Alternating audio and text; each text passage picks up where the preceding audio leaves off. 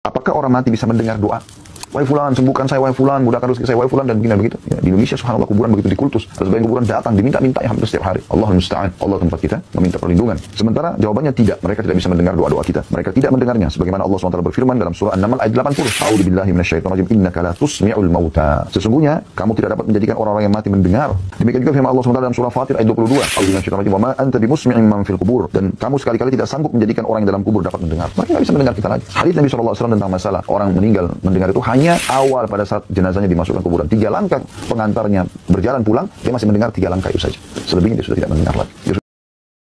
Ya, kebiasaan ente Pak Dokter menjelaskan hadis, menjelaskan ayat Al-Quran menurut pikiran Anda sendiri Pak Dokter.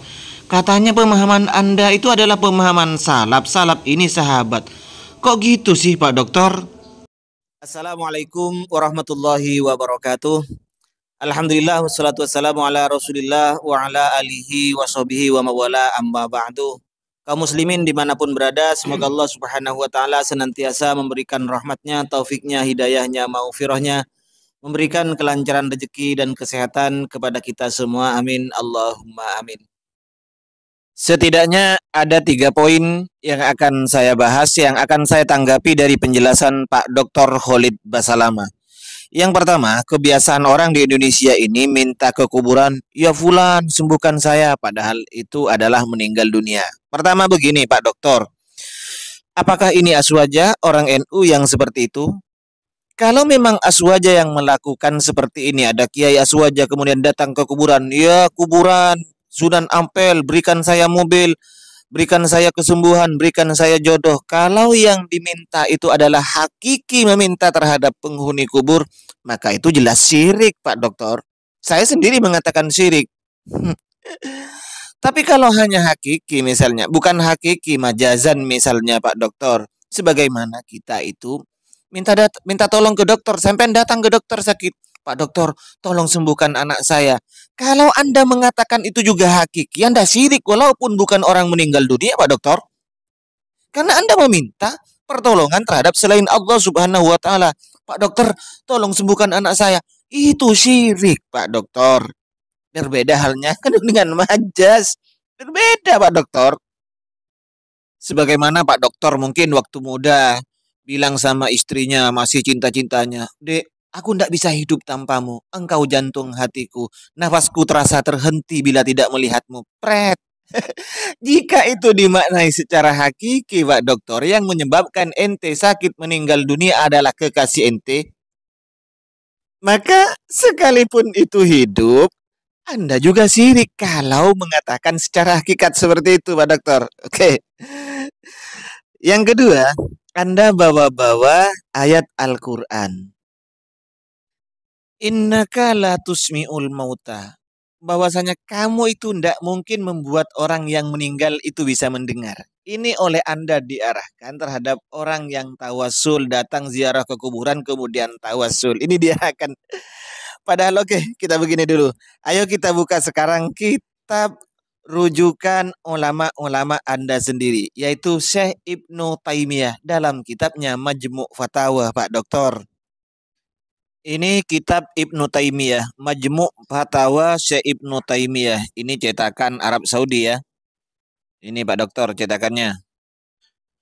Nah, di sini Ibnu Taimiyah ditanyakan, halil mayitu yasma'u kalama zairihi? Apakah mayit itu mendengar perkataan orang yang menziarahinya?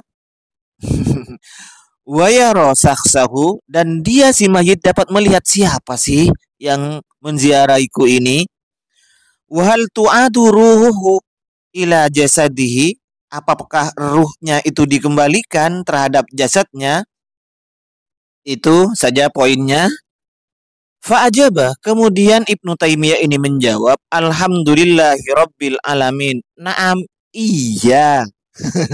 Iya Pak Dokter, orang yang meninggal dunia ini bisa mendengar terhadap percakapan orang yang menziarahinya, dan dia dapat melihat, oh, Pak Dokter Khalid Basalamah yang menziarahiku, kata Pak Yazid Jawas misalnya.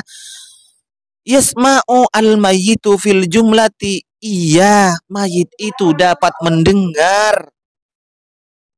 Apa alasan Ibnu Taimiyah menjawab bahwa mayit itu bisa mendengarkan orang yang menziarahi, percakapan orang yang menziarahi, dan bisa mengetahui, melihat siapa yang menziarahi? Alasannya, kama thabata fis sahihain anin Nabi sallallahu alaihi wasallam. Baca sendiri Pak Khalid Basalamah. Ini oleh Anda kan ke belakang dijelaskan bahwa mayit itu bisa mendengar suara sandalnya saja, setelah itu tidak bisa lagi. Jadi awal-awal saja yang bisa mendengar, kata Anda ini kan. Terus juga Ibnu Taimiyah ini mengutip sebuah hadis di mana Rasulullah Shallallahu Alaihi Wasallam ditanya oleh para sahabatnya, bagaimana mayit di kuburan itu bisa mendengar wahai Rasul, padahal mereka sudah menjadi bangkai. Lalu jawaban Rasulullah Shallallahu Alaihi Wasallam, ma anta bi asma'a lima aqulu minhum. Kamu itu dibandingkan dengan mayit ini lebih mendengarkan mayit ini daripada kalian. Jadi yang lebih mendengar daripada para sahabat yang ada saat itu adalah mayit yang ada di dalam kubur ini. Ini menjelaskan bahwa mayit yang ada di kuburan, Pak Doktor, itu bisa mendengar, cuma tidak bisa menjawab. Lalu apakah bertentangan dengan ayat Al-Quran yang Anda baca, innaka la tusmi'ul mauta, bahwasanya kamu tidak akan sanggup membuat orang yang meninggal dunia itu bisa mendengar. Nah, begini. Fahadhihi nususu wa amthaluha tubayyinu annal mayita yasma'u fil jumlati kalamal hayyi wala yajibu ayyakuna sam'u lahu daiman. Nas-nas ini dan sesamanya itu menjelaskan bahwa mayit dapat mendengar terhadap pembicaraan orang yang hidup, dan pendengaran ini tidak harus selamanya. Bal qad yasma'u fi halin duna halin kama yu'radu lil hayyi fa innahu qad yasma'u ahyanan khitaba man yukhatibuhu. Sebagaimana orang yang hidup ini juga, Pak Dokter, bisa mendengar kadang-kadang kan terhadap khitab orang yang membicara, yang berbicara terhadap dirinya. Kadang-kadang saat Anda fokus buka HP, dipanggil oleh istrinya, nggak dengar Pak Dokter. Waqad la yasma'u li aridin. Terkadang kita tidak bisa mendengar kan, orang baik hidup ataupun mati, ya tidak selamanya harus bisa mendengar. Inilah yang disebut sama idrok, Pak Dokter. Nah, apakah ini bertentangan dengan ayat yang Anda baca, innaka la tusmi'ul mauta? Tidak, Pak Dokter. Karena yang dimaksud dalam ayat tersebut, fa innal murada bidzalika sam'ul qabuli wal imtisal. Yang dimaksud mendengar-mendengar, tidak bisa mendengar itu, Pak Dokter, maksudnya sam'ul qabul, pendengaran yang menerima, wal imtisal, dan menurut. Berbeda dengan orang hidup. Ketika kamu perintah ke barat, maka dia menerima dan menurut untuk ke barat. Kalau mayit tidak, Pak Dokter. Cuman kalau mayit cuman bisa mendengar, tidak sam'al qabul ataupun imtisal, Pak Dokter. Dan lagi sebenarnya ayat innaka la tusmi'ul mauta ini, Pak Dokter, untuk orang-orang kafir Mekah yang diibaratkan orang yang meninggal dunia. Mereka tidak mendengarkan ayat Al-Quran, padahal mereka mendengarkan. Karena yang dimaksud itu adalah al-qabul wal imtisal, pendengaran yang kita bisa menerima dan juga mengikuti apa yang diucapkan oleh pembicaranya, gitu loh. Ini ayat untuk orang kafir.